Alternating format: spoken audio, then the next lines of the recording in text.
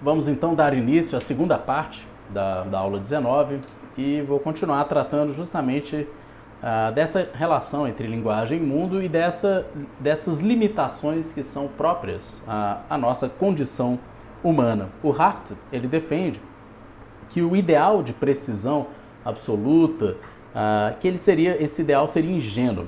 Ingênuo e não deve, na verdade, sequer ser buscado, ou seja, a gente nem mesmo deve buscar essa precisão absoluta, pois isso seria simplesmente contraditório com a nossa própria condição humana, né? Ou seja, com os instrumentos que nós dispomos, com a capacidade que temos, né? E por quê?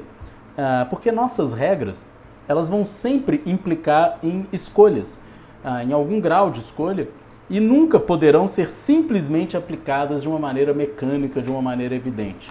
E por uma razão muito simples, a única maneira que a gente tem de comunicar regras é por meio de uma linguagem que é ela mesma, como eu acabei de mostrar na primeira parte da aula, que é uma linguagem que é ela mesma imperfeita, ela mesma limitada, ela mesma se vale de categorias que não captam, não apreendem perfeitamente as coisas do mundo, né? Que não são uma espécie de retrato fiel da realidade, né? Enfim, então, haja visto que a gente não tem esse retrato fiel da realidade, a gente não tem uma descrição termo a termo para cada objeto no mundo, uma palavra, um termo, uma categoria na linguagem, a gente fica lidando com situações de mais ou menos indefinição, imprecisão e tal. Na página 141, o Hardt explica essa questão dizendo o seguinte: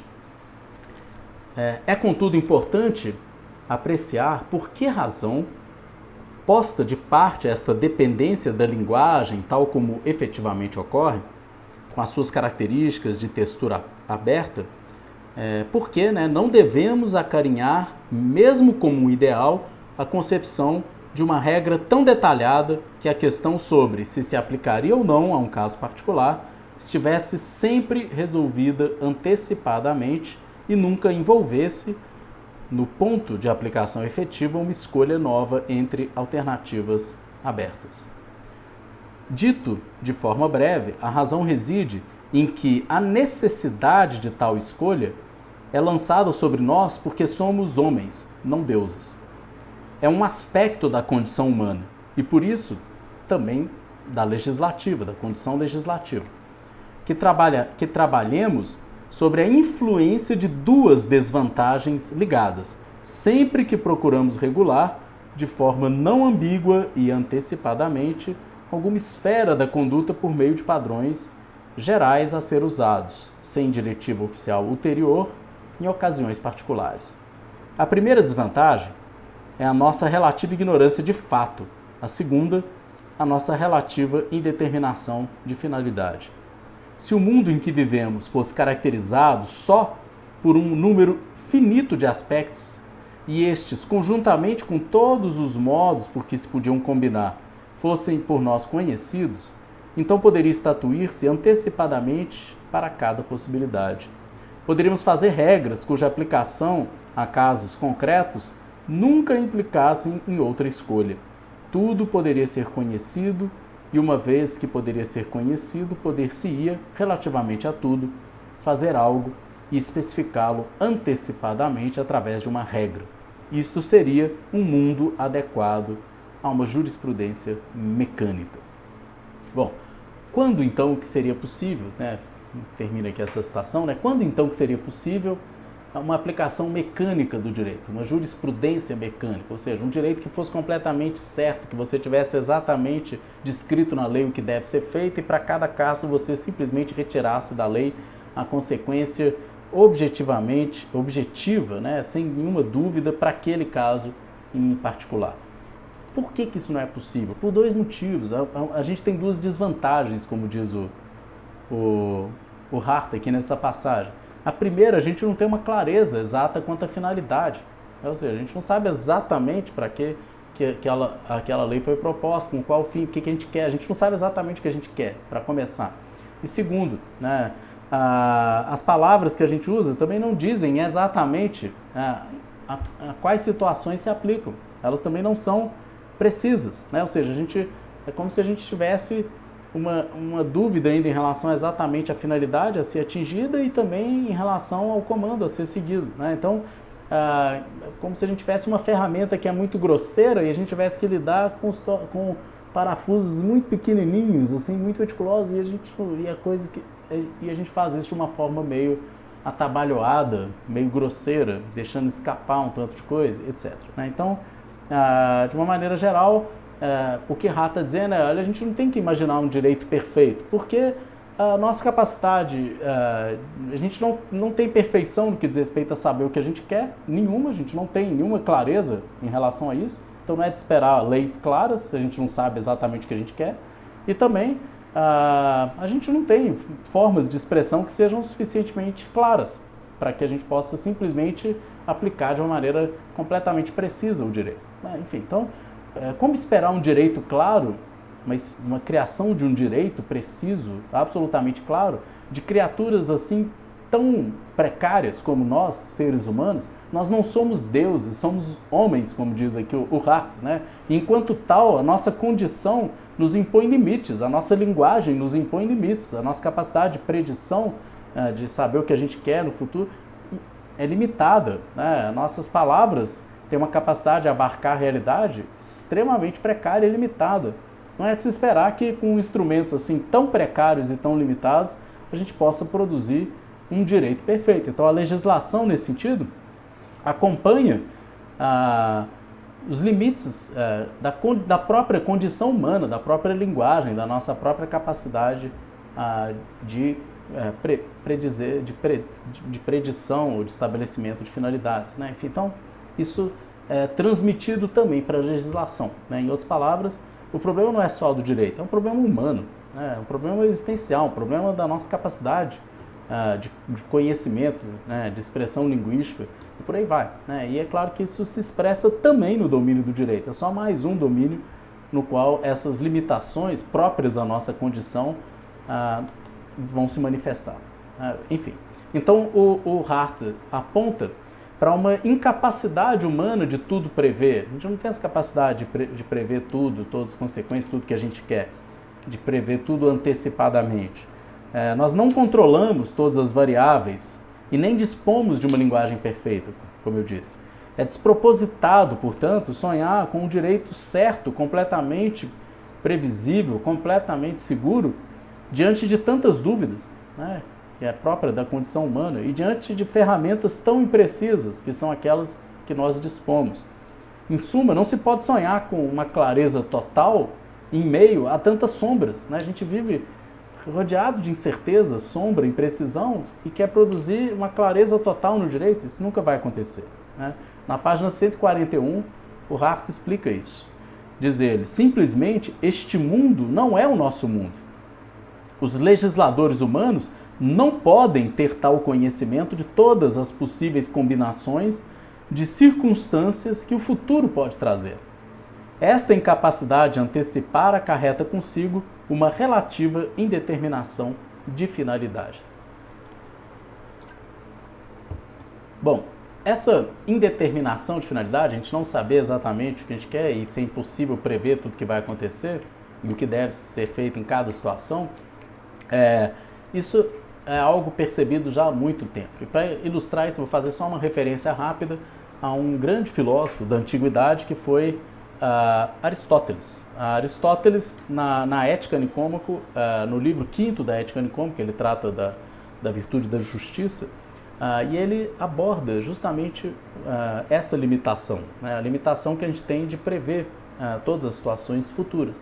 E ele vai dizer então que a lei ela teria uma forma, vamos dizer assim, universal, segundo as palavras de Aristóteles, ou seja, ela se aplica a uma universalidade, caso, só que existe uma limitação do próprio legislador, que é própria de nós, seres humanos, que é uma incapacidade da gente prever todas as possíveis situações nas quais uma lei pode se aplicar.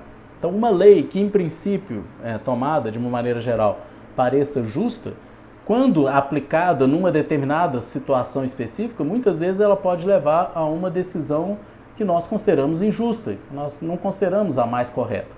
Isso porque a lei, não que a lei ela mesma seja injusta, mas é como se a lei, dado que ela tem essa dimensão de se aplicar a uma universalidade de caso, é como se o legislador não fosse capaz de prever aquela situação específica e o que a aplicação daquela lei poderia produzir naquele caso concreto específico, né? Então, é como se o legislador pecasse, ele falhasse por um excesso de simplicidade, ou seja, ele não foi capaz de levar em conta aquela situação, de considerar aquele caso. Senão ele teria criado uma exceção para abarcar aquela situação específica. Mas ele não foi capaz porque nós nunca seremos, nós seres humanos, capazes de prever todas as situações possíveis. Essa que é a questão. As coisas que acontecem no mundo, na nossa vida, nas nossas relações, na nossa convivência, elas ultrapassam em muito a nossa capacidade de predição. A gente não é capaz de imaginar todas as situações que vão aparecer, tudo que pode acontecer, todos os conflitos que vão poder emergir, e muito menos criar leis capazes de solucionar tudo isso de uma maneira justa antecipadamente, percebeu? Então, o Aristóteles já tinha se dado conta disso, e justamente por causa dessa imperfeição do que ele chama de justiça universal, que é essa que se expressa por meio de leis, é que o Aristóteles vai pensar numa espécie de corretivo dessa justiça universal, que é o que ele vai chamar de uma justiça particular, concreta, que é a equidade. A equidade, ela corrige esse justo universal por meio de um raciocínio que o Aristóteles vai dizer que é como se o juiz devesse raciocinar fazendo o que o legislador faria se tivesse levado aquele caso em consideração. Isso está, como eu disse, no livro 5º da Ética Nicômaco, mas não vem ao caso aqui o tratamento que o Aristóteles dá, mas simplesmente ressaltar que esse problema da imprevisibilidade, da incapacidade de tudo prever antecipadamente, de estabelecer regras precisas e justas para cada situação, isso decorre da própria natureza humana e desde os antigos, como foi Aristóteles no século IV a.C., desde lá que isso já era percebido e trazido, digamos assim, para reflexão sobre o direito, sobre a justiça, enfim, né? Então Hart certamente não foi o primeiro a perceber isso. Bem, outro ponto que aparece nesse capítulo portanto, a crítica que Hart vai fazer, o que ele chama de formalismo ou conceitualismo, que é justamente aqueles que acreditam nessa possibilidade de um direito completamente seguro, certo, previsível, etc., né? Segundo Hart, esses pensadores, esses teóricos, eles escondem a necessidade da escolha, o fato de que sempre existem escolhas que não são que vão precisar ser feitas no momento em que se aplica o direito, e eles fazem a segurança jurídica prevalecer sobre a razoabilidade, ou seja, por meio de definições, eles buscam definições cada vez mais rígidas, cada vez mais determinadas para obter o máximo de certeza do direito, mesmo que isso custe muitas vezes produzir em situações concretas específicas decisões que são injustas, que são absurdas, que são inaceitáveis. Na página 142 para 143, o Hart desenvolve essas questões, essas críticas. Eu cito essas passagens, diz ele: o vício, conhecido na teoria jurídica como formalismo ou conceitualismo, consiste numa atitude para com as regras formuladas de forma verbal, que ao mesmo tempo procura disfarçar e minimizar a necessidade de tal escolha, uma vez editada a regra geral. Um modo de conseguir isso consiste em fixar o significado da regra, de tal forma que os seus termos gerais devam ter o mesmo significado em cada caso em que esteja em causa a sua aplicação. Fazer isso é conseguir uma medida de certeza ou previsibilidade à custa de considerar de forma cega e preconceituada o que deve fazer-se numa série de casos futuros, sobre cuja composição nos encontramos em estado de ignorância. Assim, conseguiremos, na verdade, resolver antecipadamente, mas também sem uma visão clara, questões que só podem ser razoavelmente resolvidas quando surjam e sejam identificadas. Seremos forçados por essa técnica a incluir no âmbito da regra casos que desejaríamos excluir, de forma a dar efeito a finalidades sociais razoáveis e que os termos da textura aberta de nossa linguagem teriam permitido excluir se os tivéssemos deixado menos rigidamente definidos.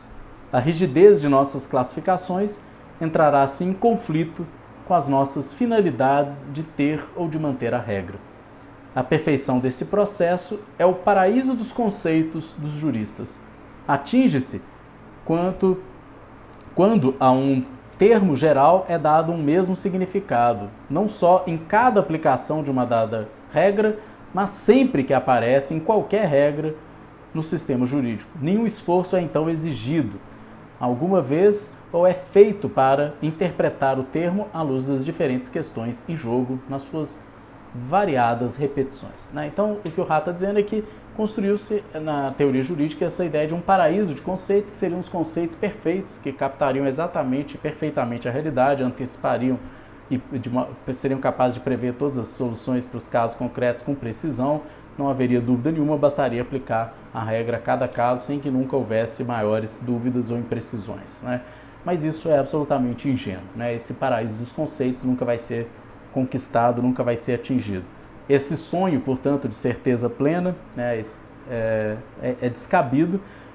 Todo o sistema jurídico, na verdade, para Hart, ele envolve, né, há sempre, em qualquer que seja o sistema jurídico, vai haver sempre um compromisso entre duas necessidades sociais. Por um lado, o dever, a necessidade que temos de oferecer segurança, algum grau de previsibilidade. O direito também não pode ser uma coisa completamente imprevisível, insegura, que você nunca sabe qual decisão que vai ser tomada e tal.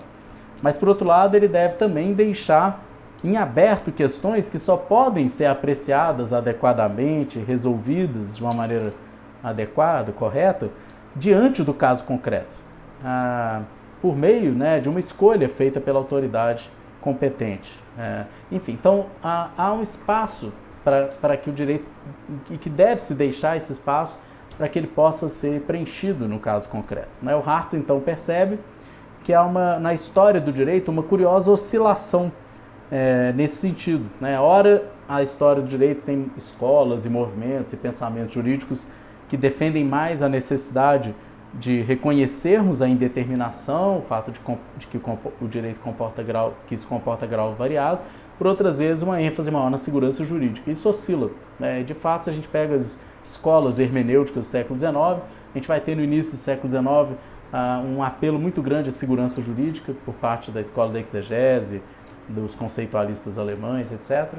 Depois, no final do século XIX, início do XX, a gente vai ter um apelo maior ao uso da equidade, da razoabilidade, ao dever que os juízes deveriam ter, o direito que eles deveriam possuir de complementar o direito, adequar o direito às realidades sociais.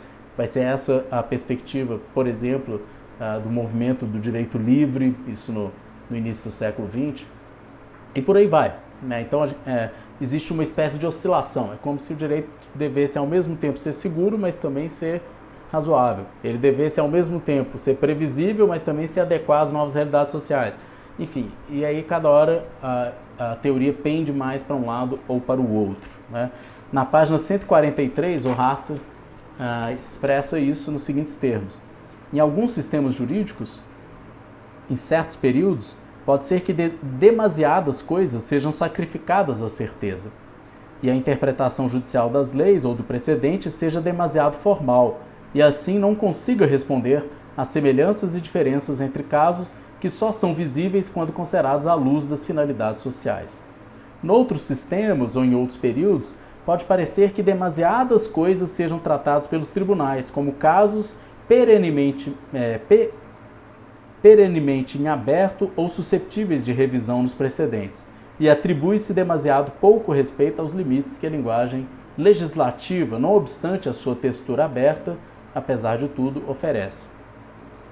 A teoria jurídica tem nesta matéria uma história curiosa, porque está apta quer a ignorar, quer a exagerar as indeterminações das regras jurídicas. Para escapar a essa oscilação entre os extremos, precisamos de nos recordar que a incapacidade humana para antecipar o futuro, que está na raiz dessa indeterminação, varia em grau nos diferentes campos de conduta e que os sistemas jurídicos providenciam quanto a essa incapacidade através de uma variedade correspondente de técnicas. Enfim, termina a citação. O argumento do Hart, no final das contas, é de que não seria nem desejável, nem possível e nem mesmo desejável eliminar toda a discricionariedade do direito, da aplicação do direito, né? Isso por meio de regras pretensamente, né, precisas e excessivamente precisas. É melhor deixar uma margem. Essa que é a questão do Hart. Não só porque, mesmo querendo ser preciso, pela própria linguagem que dispomos, etc., a gente não vai conseguir ser, né, esse é o primeiro problema de ordem, vamos dizer, ontológica, da natureza das coisas, mas ainda que a gente conseguisse, não seria nem mesmo desejável que fosse assim. Não seria, o direito não seria melhor se fosse assim, mais completamente seguro, né? Essa é a segunda questão levantada pelo Hart, né? Bom, outro ponto que o Hart vai sustentar é que, embora haja então essa imprevisibilidade sempre presente, ela comporta graus e há uma variação na imprevisibilidade. Essa imprevisibilidade é maior, ora maior, ora menor, né? Enfim, então podem existir, né, situações na qual a gente pode tentar dar regulações prévias mais precisas, padrões de condutas mais rígidos, etc., e outras situações em que isso não vai ser possível, não vai ser desejável, né? Enfim, então, nesse sentido, Hart reconhece que existem domínios, né, que a gente pode, com maior sucesso, controlar ab início, ou seja, antes da análise do caso concreto, por meio de regras mais específicas, né? Então, um mínimo de textura aberta, né? Ou seja, a textura fica mais fechada, né? Em outras situações, o Hart vai deixar claro que isso não é possível e nem mesmo desejável, e, portanto, é importante deixar uma margem maior para a autoridade responsável pela aplicação do direito, para que ela possa buscar o mais razoável naqueles casos, né? Bem, em suma, um ponto importante para a gente caminhar para o final dessa aula é de que, então, a atividade judicial, do ponto de vista do Hart, ela envolve sempre, em alguma medida, um grau de produção do direito, ora maior, ora menor.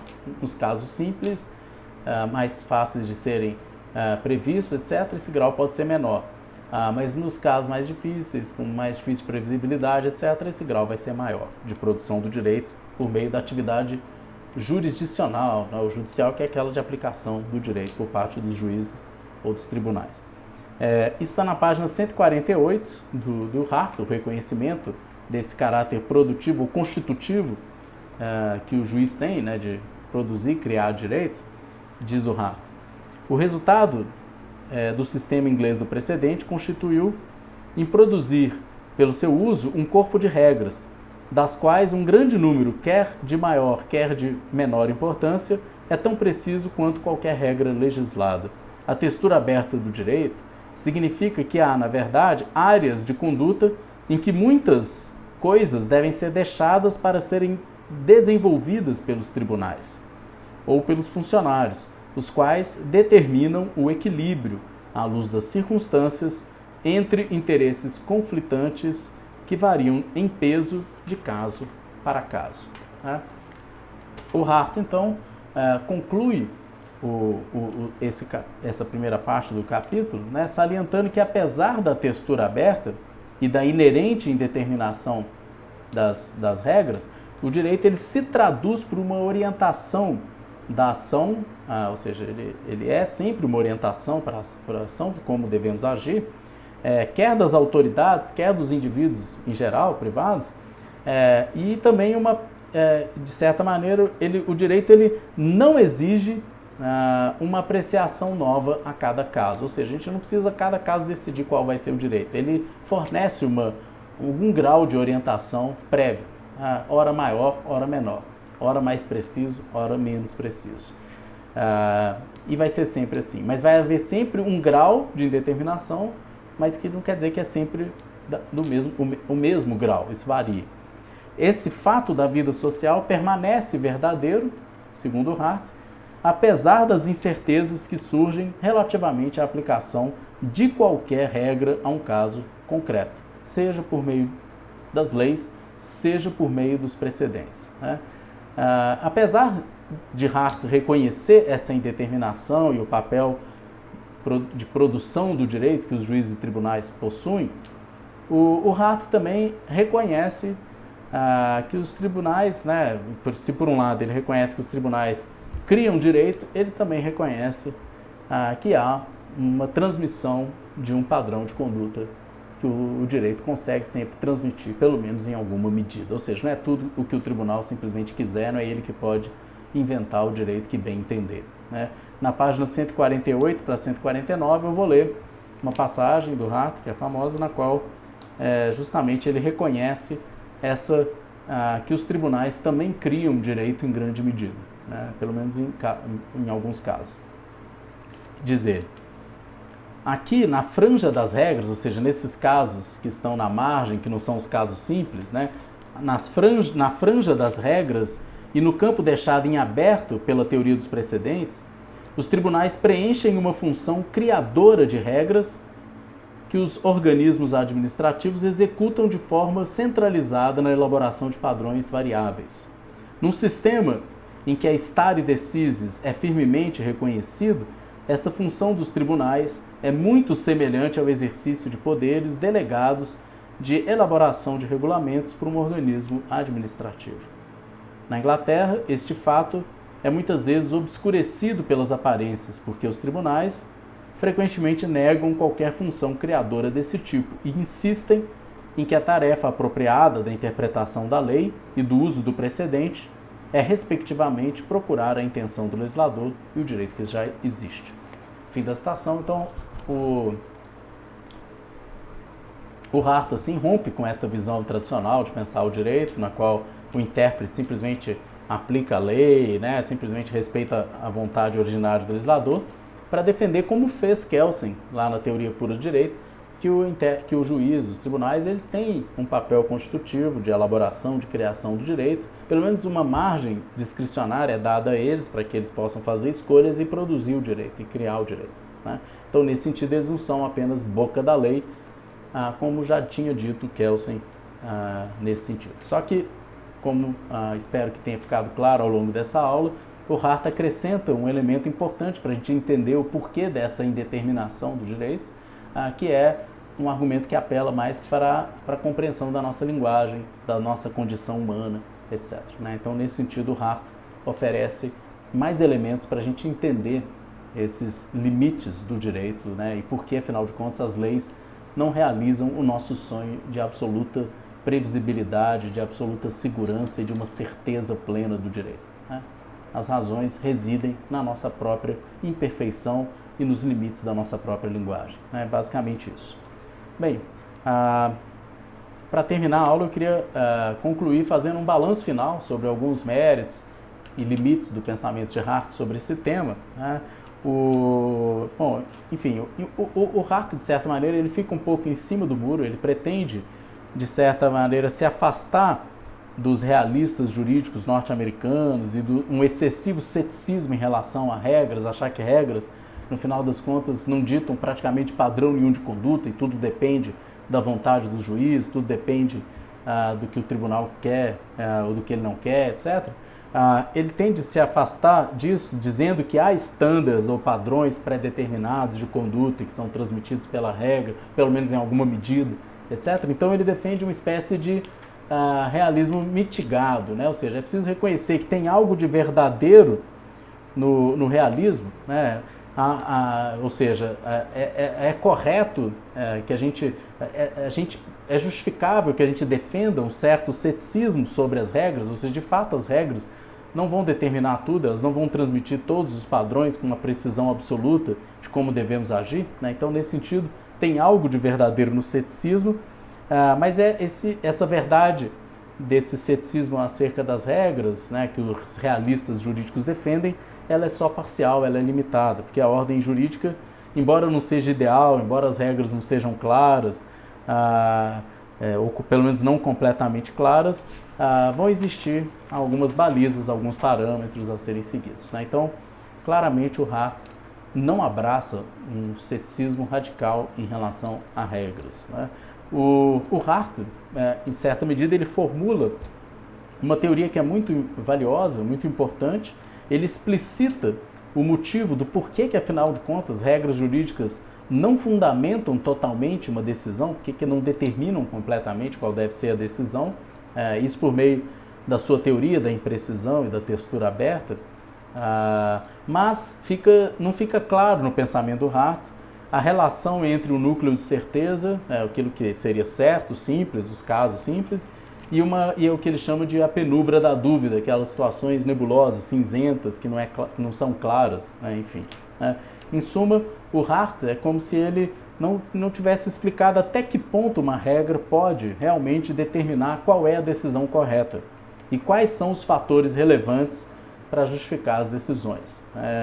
Ele simplesmente compartilha dessa visão de que juízes criam direito em alguma medida, mas ele não explica em que medida exatamente, né? E o que deixa margem para que essa criação possa se dar de uma forma excessiva, com ampla discricionariedade. Enfim, então esse é um dos problemas.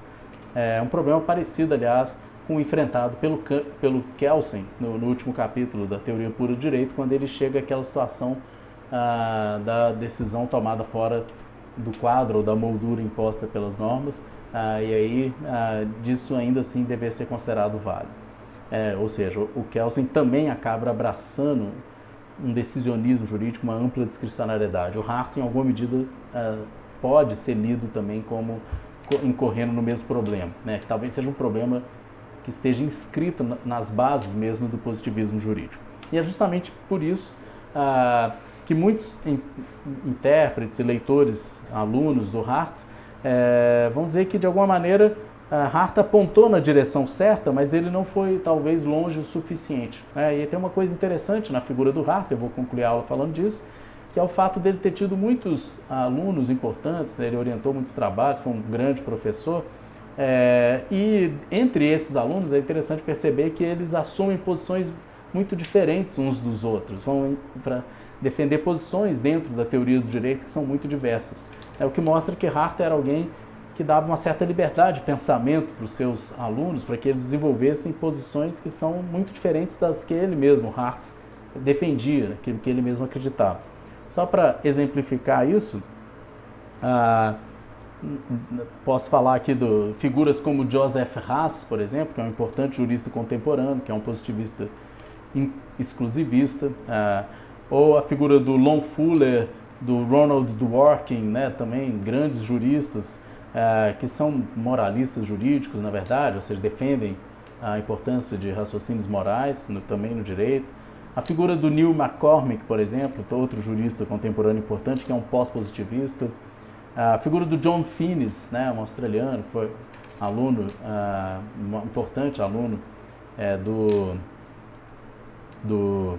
do Hart, e que é um justnaturalista contemporâneo. Enfim, então a impressão é de que várias direções são exploradas em diferentes sentidos e posições muito diferentes, né? E a teoria do Hart, de certa maneira, ela se silencia em relação a várias questões vitais, importantes, por exemplo, no que diz respeito a pensar, né, esse papel desempenhado pelos estándares no interior do direito, até que ponto vai essa imprecisão, até que ponto vai a discricionariedade, né? E aí a gente vai encontrar desenvolvimentos posteriores disso que vão em várias direções muito diferentes, mas isso extrapola tanto o tema dessa aula quanto o tema do nosso curso. A nossa próxima aula será a última do curso. Eu vou abordar, em último lugar, o tema da argumentação jurídica e da racionalidade da decisão jurídica. Mas isso é uma cena, são cenas aí dos próximos capítulos, com isso eu termino essa aula.